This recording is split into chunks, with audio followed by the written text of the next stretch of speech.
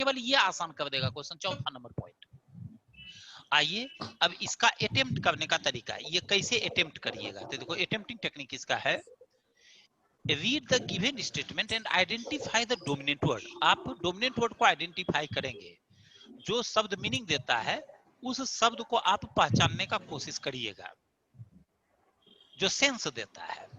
और तब देखो read the given conclusion and match the dominant word from general to particular. इसमें पूरा सुनने वाला चैप्टर है, इसमें कुछ आपको लिखने की आवश्यकता पड़ेगी नहीं।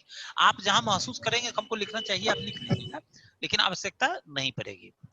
तो read the given conclusion and match the dominant word general to particular and particular to particular.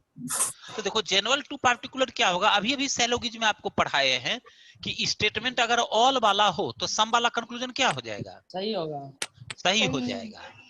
अच्छा, अगर स्टेटमेंट सम वाला हो तो उसमें कौन सा कंक्लूजन सही होता है, सम वाला ही।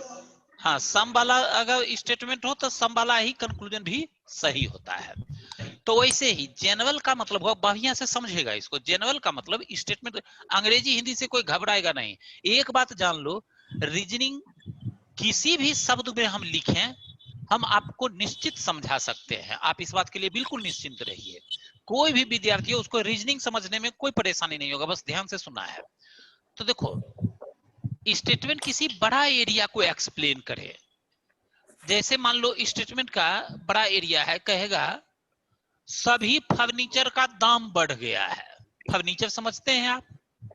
यस सर, लकड़ी का सामान। हाँ, सभी फर्नीचर का दाम बढ़ गया, कंक्लूजन में दे दिया कुर्सी का दाम बढ़ गया है, तो बोलिए क्या होगा, सही की गलत? रिलेटेड हो गया सर, इसमें कोई रिलेटेड नहीं। सभी फर्नीचर का दाम बढ़ गया है, बोला कि कुर्सी का दाम बढ़ गया, सही है, जनरल टू पार्टिकुलर है। हाँ, जनरल टू पार्टिकुलर यही हो गया कि फर्नीचर एक समूह का नाम है, कुर्सी मेज बेंच पलंग जो भी बोलेगा सब फर्नीचर समूह का सदस्य है। आप स्टेटमेंट कंक्लूजन में है, आप सैलोगिज में नहीं है, तो यहाँ पर जनरल सेंस को लॉजिक में कन्वर्ट कर देना है। कुर्सी is the part of furniture, अगर सभी फर्नीचर का दाम बढ़ेगा तो कुर्सी के दाम बढ़ने की बात जो होगी वही हुआ जनरल से पार्टिकुलर। स्टेटमेंट में है सभी कपड़ों के दाम में बढ़ोतरी हुई है, कंक्लूजन में है साड़ी का दाम बढ़ गया है। सही है सर, जनरल टू पार्टिकुलर से। जनरल टू पार्टिकुलर सारी समझता है जी, सब लड़का लोग भी सारी समझता है ना? Yes sir. साड़ी एक पहनावा होता है जो महिलाएं पहना करती हैं। अच्छा जी, ये हो गया जनरल टू पार्टिकुलर। अब पार्टिकुलर टू पार्टिकुलर समझिए, पार्टिकुलर टू पार्टिकुलर क्या है। अगर स्टेटमेंट में ही लिख दिया कि सोना का मूल्य बढ़ गया है, तो सोना एक आर्टिकल हुआ, सोना का मूल्य बढ़ गया है। कंक्लूजन दिया सोना खरीदने वाले को अब अधिक पैसे खर्च करने होंगे। पार्टिकुलर टू पार्टिकुलर है, सही है, जो सोना particular to particular, particular to particular है, ठीक है। आप पढ़ने वक्त देखो, देखो अभी सुनील का छवि दिख रहा होगा तुम लोगों को भी, कितना ध्यान देकर के वो लड़का पढ़ रहा है। अब रत्नेश तुम अंगीठी करते रहता है, तुम बढ़िया से तैयार होकर के पढ़ा करो, सुबह में एकदम बढ़िया से स्नान ध्यान कर लो, और बीच बीच में देह घात खींचो नहीं, उससे लगता है कि कंसंट्रेशन थोड़ा कमजोर तो नहीं हो रहा है।